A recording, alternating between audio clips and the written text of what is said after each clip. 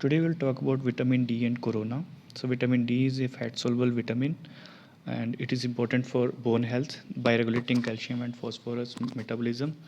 Also it has protective role in various infections like respiratory infections and tuberculosis.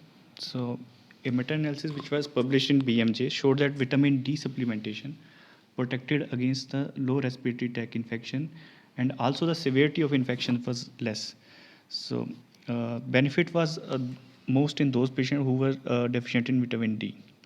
So this was a study which showed a role of vitamin D in prevention of coronavirus infection and mortality.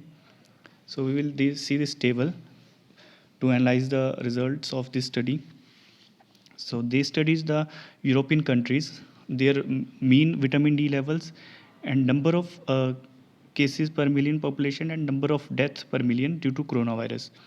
So first of all, as of the northern European countries, that is Finland, Sweden, Norway, they have good level of vitamin D mean level, that is 67.7 in Finland, 73.5 in Sweden.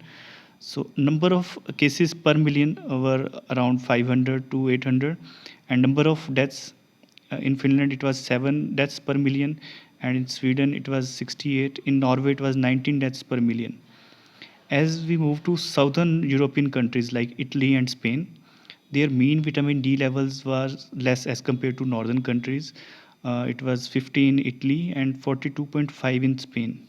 So number of cases, as you see, it was more than northern European countries, and deaths per million it was also less. That is 314 deaths per million population in Spain and 292 deaths per million in Italy. So number of cases and number of deaths per million population was more in southern European countries, and these southern European countries have low vitamin D levels.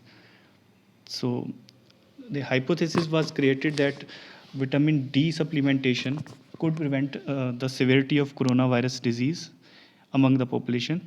So what are sources of vitamin D? Fatty fish like salmon, cod liver oil, egg yolk, that is yellow part of the egg, mushroom, particularly those exposed to UVB light, fortified milk, and sunlight exposure. Now this sunlight exposure depend on the area exposed to sunlight. That is, if more area is exposed, it will create more vitamin D. And skin color, that is dark pigmented people, they need to expose more time to sunlight to get vitamin D. And season, that is sunlight in the winters is less helpful to create vitamin D as compared to in the summers.